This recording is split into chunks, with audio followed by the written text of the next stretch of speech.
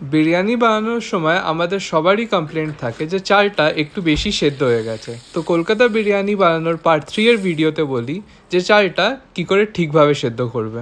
গরম মশলাগুলো একটা কাপড়ের মধ্যে দিয়ে নুন, অল্প ঘিয়ের সাথে পুরো জলটা ফুটিয়ে নেবো। এবার চালটা দিয়ে দেবো। আমরা দুভাগে সেদ্ধ চালটা বের করব।